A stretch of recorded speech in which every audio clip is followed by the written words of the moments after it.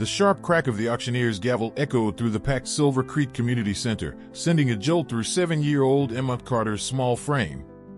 She clutched her pink ceramic piggy bank with trembling fingers, coins rattling softly inside as tears blurred her vision. Each rising bid felt like another door closing, another piece of her heart breaking away.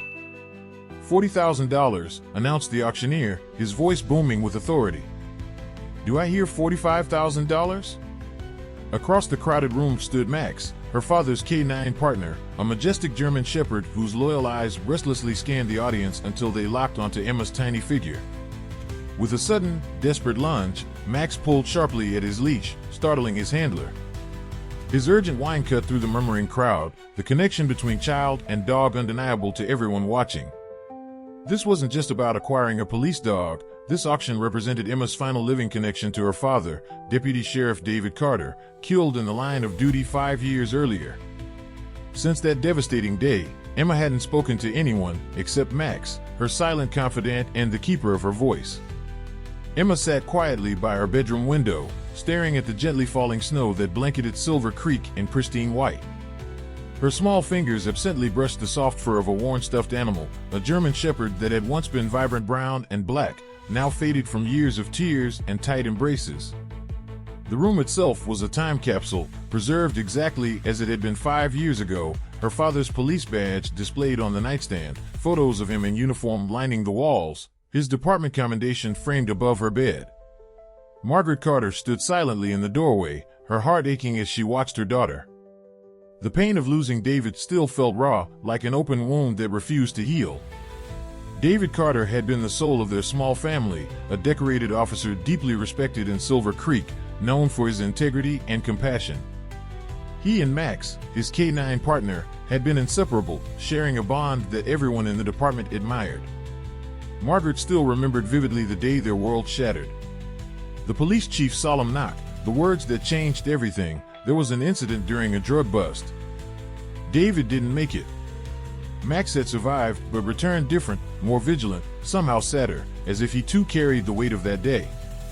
And Emma, bright, talkative Emma, had slowly slipped into silence, speaking only to Max, her words hidden from everyone else.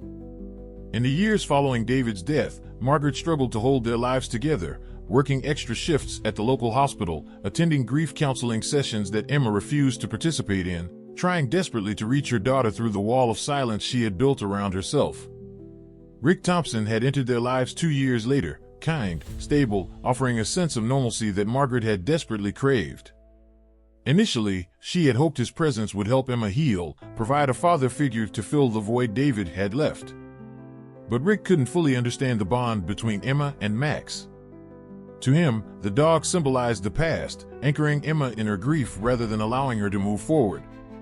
"Emma, dinner's ready," Margaret called softly, knowing she wouldn't receive a verbal response.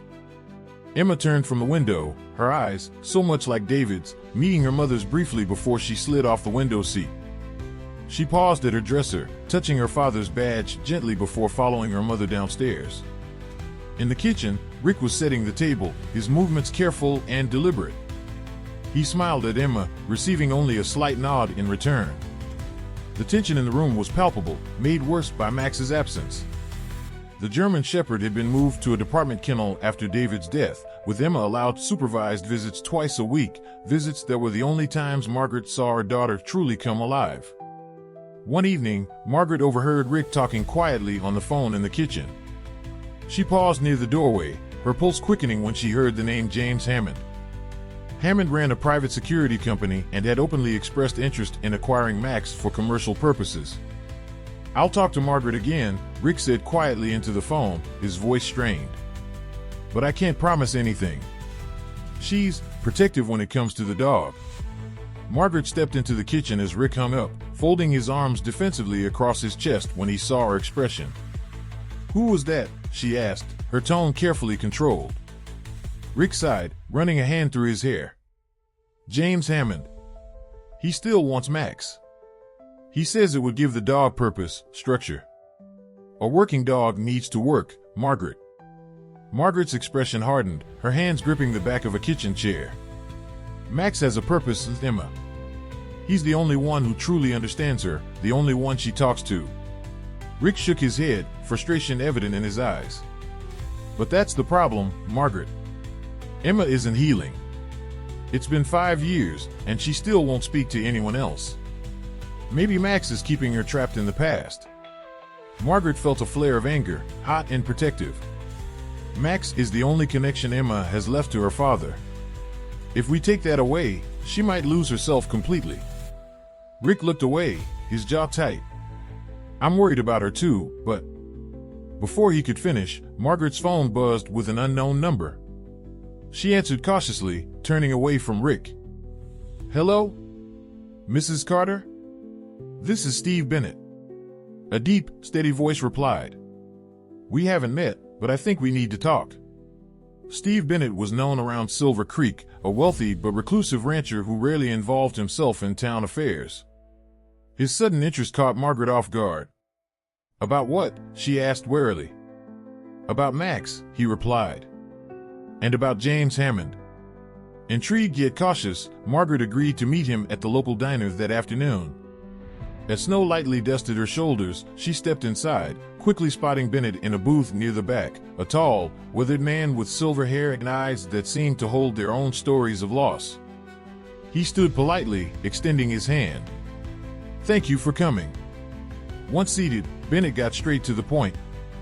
I know you're wondering why someone like me would involve himself in your family situation, but Hammond's interest in Max goes deeper than business. Margaret tensed. What do you mean? Bennett's eyes darkened slightly. Your husband was investigating Meridian Pharmaceuticals when he died, wasn't he? Margaret's breath caught. David had indeed mentioned an important case shortly before his death, though he'd spared her the details. My daughter Jessica worked at Meridian, Bennett continued solemnly. She discovered dangerous practices and reported them. 3 weeks later, she died in a suspicious accident. David was investigating her case. Margaret felt chills run down her spine as Bennett's words sank in. Are you saying Hammond is connected to all this? Bennett nodded slowly, his withered hands wrapped around his coffee mug. Hammond's firm recently secured a large security contract with Meridian. Max was trained to detect specific chemicals Meridian was secretly using in their products, chemicals that caused severe respiratory issues in several patients. Hammond wants Max because he's evidence, a threat to his new client's interests. Margaret's heart raced as the pieces began falling into place. David's late nights reviewing files, his concerned phone calls, his insistence that his latest case was bigger than anything we've handled before. The threat suddenly seemed very real, very close. I had no idea, she whispered, her hands trembling slightly. Few people do, Bennett said gently. But Max represents something far greater than any of us realized. Your husband was a good man, Mrs. Carter. He was close to exposing something that powerful people wanted kept hidden. As Margaret returned home, her mind swirled with fear and determination. She couldn't let Hammond win, not when Max meant so much to Emma and held keys to the justice David had fought for. Inside the house, Margaret found Emma curled up quietly on the couch, clutching a framed picture of David and Max. The sight strengthened her resolve. Margaret sat beside her daughter, gently brushing Emma's hair from her face. I promise you, Emma, Margaret whispered softly, her voice firm with newfound purpose. We'll bring Max home. Emma looked up, her eyes searching Margaret's face for reassurance. Though silent, her expression spoke clearly, expressing a trust Margaret vowed never to break. In that quiet moment, Margaret realized they weren't just fighting for a dog, they were fighting for Emma's voice, their family's healing, and the truth that David had sacrificed everything for. Max was their key, a symbol of loyalty that extended beyond duty, reaching deeply into their hearts, binding them together even in their pain. The next morning, Margaret sat at her laptop, researching the upcoming police department auction where Max would be sold to the highest bidder. The annual event typically featured donated items, retired equipment, and occasionally, service animals deemed suitable for civilian adoption. This year, Max was listed among the items, his service record detailed in clinical terms that failed to capture his true value to their family. Margaret started a community fundraising page, sharing Emma's story and their connection to Max. She reached out to local businesses, fellow nurses at the hospital, and David's former colleagues. The response was immediate and heartwarming. Donations began pouring in, along with messages of support and encouragement. But Margaret knew Hammond's resources far exceeded their own. She needed a strategy, something more than just money to ensure Max would come home where he belonged. Margaret felt her breath hitch as she stared at the email open on her laptop screen, the words blurring momentarily. She forced herself to focus again, her heart sinking deeper with each line she read, a clear betrayal written in black and white. It was a message from Hammond's assistant, thanking Rick for his continued assistance in persuading locals to withdraw their support from Margaret's campaign. Margaret's hands trembled as disbelief and anger surged inside her. Her husband was deliberately sabotaging their fight to bring Max home. She glanced toward Emma's room, a fierce protectiveness rising within her. Emma had already lost so much. The idea that Rick, someone she trusted, would actively undermine Emma's healing felt unbearable. Margaret rose quietly, clutching the printed email, and found Rick in the kitchen. He stood by the counter sipping coffee, oblivious to her anger. Margaret slammed the email onto the countertop, startling him. "What is this, Rick?" Her voice was cold, shaking with suppressed fury. Rick scanned the paper, then sighed deeply. He rubbed his temples as if preparing himself for the inevitable confrontation. "It's not what you think," he said, though guilt flickered in his eyes. "Not what I think?" Margaret snapped, her voice sharp with betrayal. "You're deliberately turning people against our family, against Emma." "I'm trying to help." Rick shot back defensively. "Can't you see? Emma's attachment to Max isn't healthy. Hammond can provide Max a proper environment. Emma needs to move on." Margaret stared incredulously. "Max is her lifeline. He's all she has left from her father, and you're helping Hammond rip that away from her." Rick avoided her gaze, voice low and weary. "I'm not trying to hurt her, but this obsession is tearing us apart. It's destroying our chance at a normal life." Margaret felt tears sting her eyes, but her voice remained steady, filled with quiet determination. "Emma's healing is our life. If you can't understand that, maybe you don't belong here." The weight of her words hung heavily between them, unspoken consequences echoing loudly in their silence. Rick simply nodded, his shoulders slumping in resignation. "I'm sorry, Margaret," he finally said quietly, leaving the room without another word. Hours later, Margaret sat at the small diner in Silver Creek across from Steve Bennett, clutching a steaming cup of coffee. The rancher listened quietly as Margaret explained the latest developments. "Hammond is using Rick to sabotage us," she said, her voice strained. "And he's succeeding. Several big donors withdrew their pledges today." Bennett's eyes narrowed thoughtfully. "Hammond's reach is extensive, but he's reckless. He's counting on you folding under pressure." Margaret's gaze sharpened, determined. "I won't fold, but I need your help, Mr. Bennett. I can't fight this battle alone." He nodded solemnly. "Call me Steve. We both have personal stakes here, Margaret. We'll see this through together." The sun rose pale and cold over Silver Creek, the kind of morning that seemed too still before a storm. Inside the Carter home, Emma sat at the kitchen table in her best dress, her tiny fingers clutched around a chipped pink piggy bank. She hadn't spoken since the night before, but her determination was louder than any words, her eyes never leaving the window, waiting. Margaret moved around the kitchen with nervous energy, fixing Emma's hair into two neat braids, hands trembling slightly. Rick lingered by the door, the tension between them eased by a fragile truce. He had done the unthinkable, withdrawn his support from Hammond and donated the last of his savings to Emma's cause. They drove in silence to the Silver Creek Community Center, where the annual law enforcement auction was already bustling. News crews had set up outside, intrigued by the story of the silent girl fighting for her father's K-9 partner. Inside, rows of chairs filled quickly with donors, reporters, and town officials, but Emma had eyes only for Max. The moment Officer Reynolds led Max into the hall, the German Shepherd's ears pricked up, nose twitching. He scanned the crowd until his gaze landed on Emma and froze. The dog's body stiffened, then relaxed into a tail wag and a soft whine. The crowd noticed, cameras clicked, someone whispered, "That's her, that's the Carter girl." Margaret gripped Emma's hand. "Stay close, sweetheart," she whispered. The auction began with the usual fanfare, gift baskets, vacation vouchers, memorabilia, but the energy shifted when the auctioneer, a broad-shouldered man in a suit 2 sizes too tight, stepped up and announced the final item. Next up, K9 Max, 7 years old, trained in narcotics detection, search and rescue, and suspect apprehension. Starting bid $2,500. Margaret raised her paddle immediately. "Do I hear $3,000? The auctioneer called. A paddle went up. James Hammond, slick in his navy suit, seated beside 2 of his associates. He didn't even look at Emma. $3,000 from bidder 42. $3,500. Steve Bennett raised his hand from the back of the room.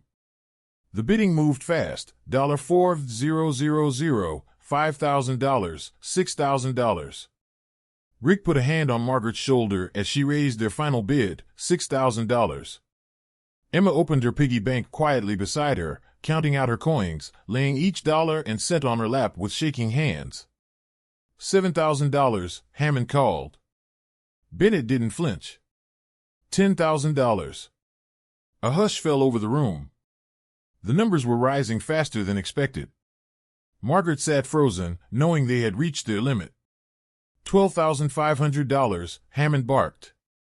A pause, then Bennett stood. $35,000. Gasps erupted. The auctioneer blinked in surprise. $35,000 from bidder 28. Do I hear $40,000? Hammond hesitated. One of his associates leaned in, whispering urgently. He raised his paddle again.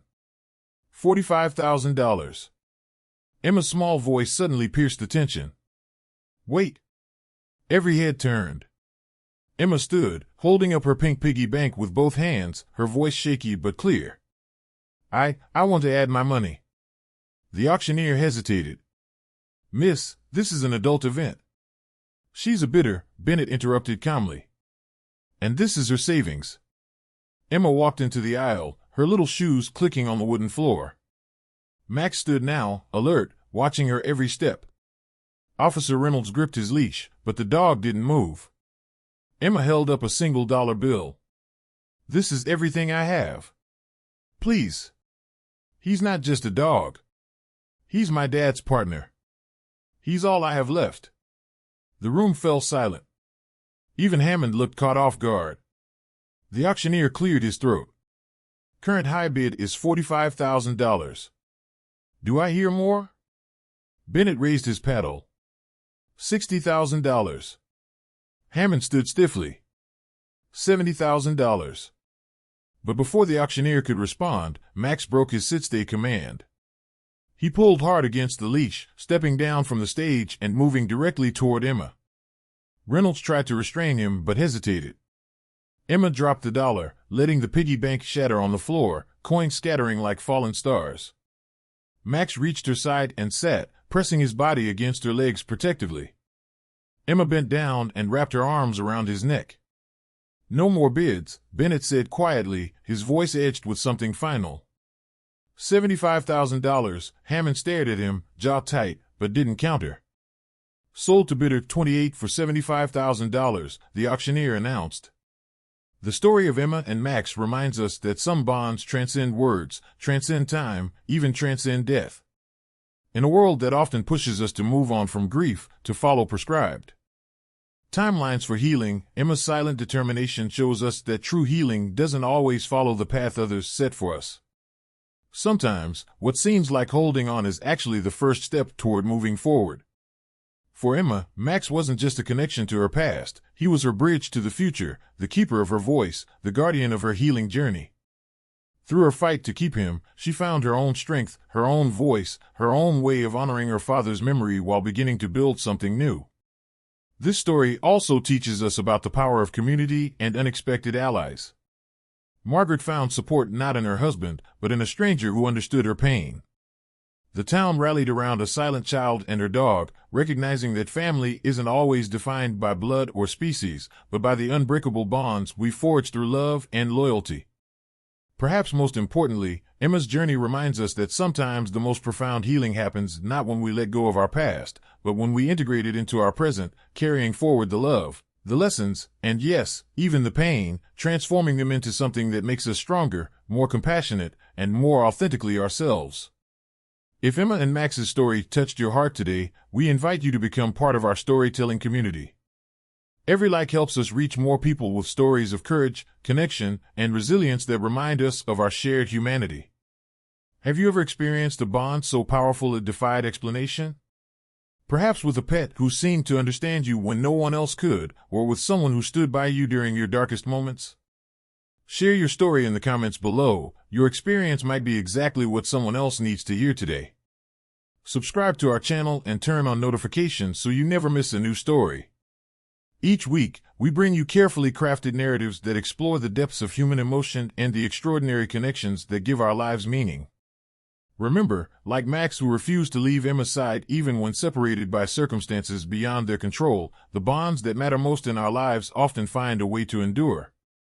They remind us that love, in its purest form, doesn't diminish with time or distance. It only grows stronger, more resilient, more determined to find its way home.